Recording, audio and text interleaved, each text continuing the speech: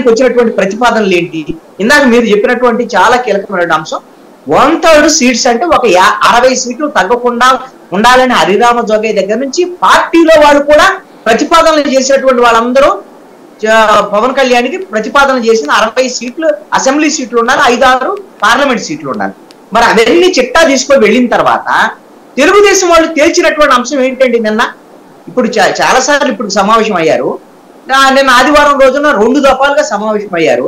సమావేశం అయిన తర్వాత మీరు ఆంధ్రజ్యోతిలో వచ్చినటువంటి వార్తలను చూస్తే వాళ్ళు తెలుగుదేశం పార్టీకి అధికార ప్రతినిధిగా ఉన్నట్టుగా ఈ రోజున మనం ఖచ్చితంగా అంగీకరించి తీరాల్సిందే, దాంట్లో సందేహమే లేదు. దాంట్లో వచ్చినటువంటి వార్త తెలుగుదేశానికి సంబంధించినటువంటి అధికారిక సమాచారంగా భావించాల్సి ఉంటుంది.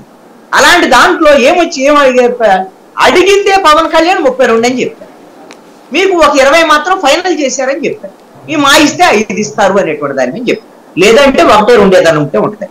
ఇంత క్లారిటీ తెలుగుదేశం వైపు నుంచి వస్తుంటే మరి హరిరామ జోగయ్య మిగతా వాళ్ళందరూ ఏం చెప్తున్నారు? 60 సీట్లు కింద తగ్గితే, గౌరవప్రదమైనటువంటి సీట్లు కింద రాకపోతే ఎట్టి పరిస్థితుల్లో సీటు ఓట్ అనేటువంటిది ట్రాన్స్ఫర్ కాదు.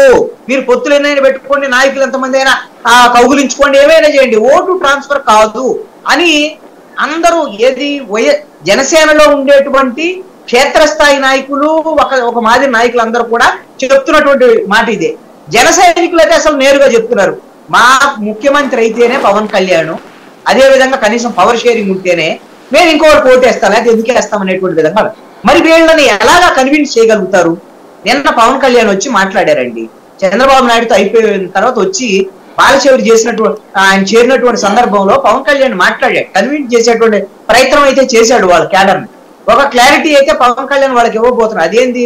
స్పష్టత ఇచ్చారు, మనం త్యాగాలు చేయాలి, మనము సిపిఎం సిపిఐ బిఎస్పీతో పొత్తు పెట్టుకున్నప్పుడే ఇబ్బందులు ఉన్నాయి, ఇంకా తెలుగుదేశంతో ఇంకా చాలా ఇబ్బందులు ఉంటాయి అని వాళ్ళ ప్రిపేర్ చేయడానికి ప్రయత్నం చేస్తున్నాడు.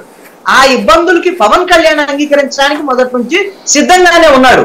కానీ పవన్ కళ్యాణ్ అంగీకరించినా సరే జన సైనికులు అంగీకరించేటువంటి పరిస్థితి లేదు అనేటువంటిది పార్టీలో ఉన్నటువంటి పరిస్థితి. ఆందోళన పవన్ కళ్యాణ్ కూడా ఉందండి, ఎంతో కొంత ఉంది. అందుకనే పదే మనం కొంచెం దీని మీద త్యాగం చేయాలి, మిమ్మల్ని అందరినీ నేను గుర్తుపెట్టుకుంటాను, కౌన్సిలర్లో కార్పొరేటర్లో దీని దగ్గర నుంచి మొదలు పెడితే కొన్ని రాజ్యసభ సీట్ల వరకు నేను మీకు కొన్ని అవకాశాలు కల్పిస్తాను, ప్రభుత్వంలో మనం ఉండాలి అనేటువంటి విధంగా వాళ్ళని సర్ది చెప్పేటువంటి ప్రయత్నం అయితే చేస్తున్నారు.